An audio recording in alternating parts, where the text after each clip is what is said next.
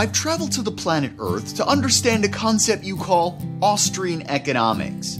Someone told me I should study Ludwig von Mises, that he's supposedly an influential economist. But I don't even understand the basics. What is Austrian economics?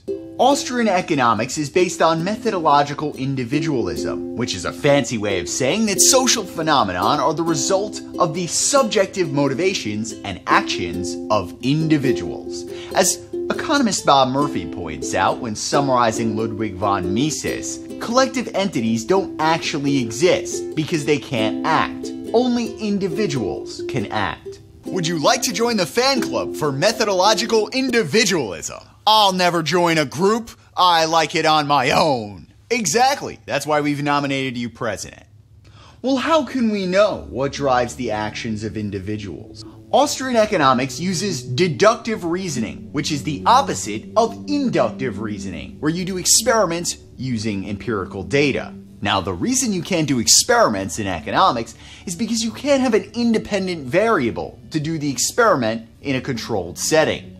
And politicians won't admit that they don't know something when they don't know anything. I'm here to interview candidates for the upcoming presidential election. What is your campaign? My platform is we will experiment and try new things. Make America great again. Maybe. Deductive reasoning builds upon a premise logically to derive at a conclusion. Now, you might be wondering, well, if you don't do experiments, how do you know that your premise isn't a bunch of bullshit? That's why Austrian economics uses a priori knowledge. What is a priori knowledge? It sounds important, but I've never heard it before. Exactly. It's stuff you know without experience or data. That explains why government universities don't like it. Buy this overpriced college textbook. What does it teach me? That you can deduce conclusions without it? No thanks. Our university rejects Austrian economics. So we've established that humans act, but you cannot pursue infinite action. So it involves pursuing some things that you value more, and not pursuing other things that you value less. Humans consciously or unconsciously rank their objectives because they cannot pursue infinite objectives. How they rank them is what they value. So how does this translate into the prices for Earth's goods and services? That is a good question. You see, it's possible for people to disagree over what they value, but you cannot deny that someone could value something. Therefore, value is subjective. It exists in the mind of the consumer, not, as Karl Marx says, based on how much work went into its production. I can see the haters now. Wow, this strip club is bizarre. Hey, how hot do you think that chick is? She's an 8. An 8? Wow, value must be subjective. I think she's a 2, and that's even with her one titty. Well, I'm going by the Karl Marx system, which goes by how much work she put into her preparation. Oh, now you're a fan of Karl Marx. The whole reason we came to this strip club is because when I asked to have a threesome with your wife, you said you won't share. As Bob Murry points out, Austrian economics revolutionized our thinking by changing the focus to the consumer's desires. Why do you keep quoting Bob Murry when I asked about Ludwig von Mises? Who is Mises? Ludwig von Mises is one of the most influential and revolutionary authors of Austrian economics with his book, Human Action. At least that's what I'm told. I never read it. It's boring as shit. I read Bob Murphy's summary, Choice. Now, Ludwig von Mises was from Austria, but although he wrote in English, it's that kind of Shakespeare style where you're not sure if it's just really boring or you're just dumb. I think that's why Shakespeare is so important to acting undergraduates. To believe you like it, you must be a good actor. I love to read Shakespeare. Wow, you must have talent. And I love to read Ludwig von Mises. Now you're just lying through your teeth. Oh, well, would Bob Murphy's book be considered micro or macroeconomics?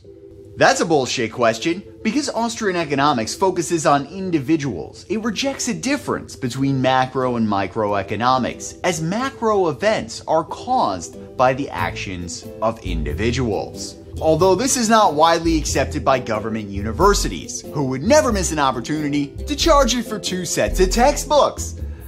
But I thought with macroeconomics, they aggregate together large amounts of data. I heard people mention GDP. Alice, search your database for information on this. I am Alice, the alien's robot assistant. My database shows gross domestic product is a monetary measure of the market value of all the final goods and services produced in a specific time period. Gross domestic product is a bunch of bullshit. If the government borrows money and then spends it, it counts as increasing GDP. But if an individual took those actions, you wouldn't have the same positive response. I'm sorry I can't lend you more money. Just acknowledge you're an alcoholic and go to AA. Instead of joining AA, I'll join Congress. Then my debt is stimulating the economy. In that case, let's party. Raise the roof. I can't raise the roof. I have a debt ceiling. There's this myth that the government can create jobs, but the government takes money out of the private sector that would have been used in their jobs. For example, there's the myth that the government, through war, can stimulate the economy. And an example of this is people mistakenly think that FDR, through World War II, got us out of the Great Depression. But in fact, as Bob Murphy points out, we got out of the Great Depression despite FDR. You never hear liberals, though, go, "Thank God George Bush got us in the Iraq War to stimulate the economy." If war was so good for the economy, then instead of Barack Obama bailing out the banks, he should have bombed Citigroup. My database shows Elizabeth Warren wants to spend $20.5 trillion in new spending. However, she thinks this is good for the economy. And she voted for a bill that authorizes $700 billion in defense funds, which is a larger military budget than even Trump. Just don't let her pick the outfits because women overpay for clothing. That's offensive.